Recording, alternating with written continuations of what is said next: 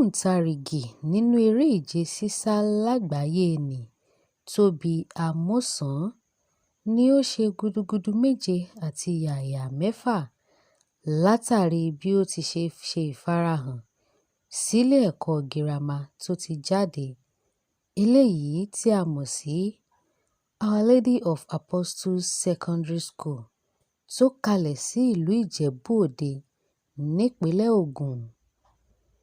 Inú Tóbi Amusan dùn tó bẹ́ẹ̀ gẹ́ láti rí àwọn akẹ́kọ̀ọ́ àti olùkọ́ ilé ẹ̀kọ́ girama tí ìran àti àlá eré ìje sísá rẹ̀ ti bẹ̀rẹ̀, tó sì fi mílíọ̀nù kan náírà ta ilé-ìwé náà lọ́rẹ wípé kí wọ́n fi tún ṣe kó lè dùn ún wò bẹ́ẹ̀ kó lè dùn ún rí.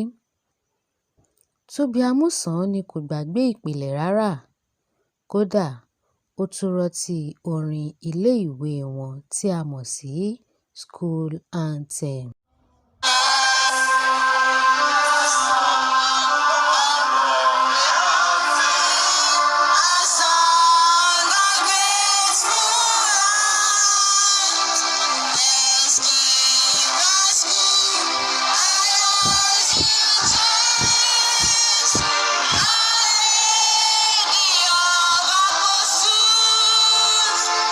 Inú àwọn akẹ́kọ̀ọ́ dùn láti rí Tóbi Amusan.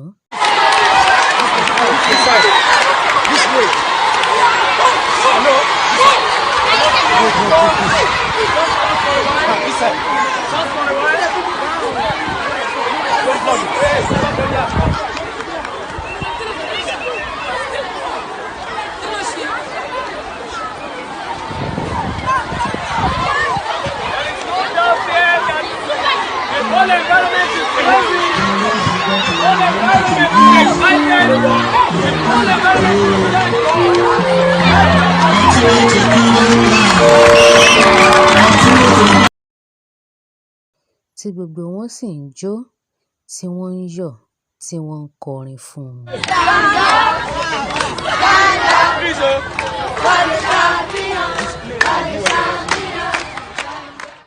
Ìwé ìròyìn Káyégbọ́, ìwé ìròyìn tó gbajúgbajà nípa ká jábọ̀ ìròyìn láì fepo bọyì.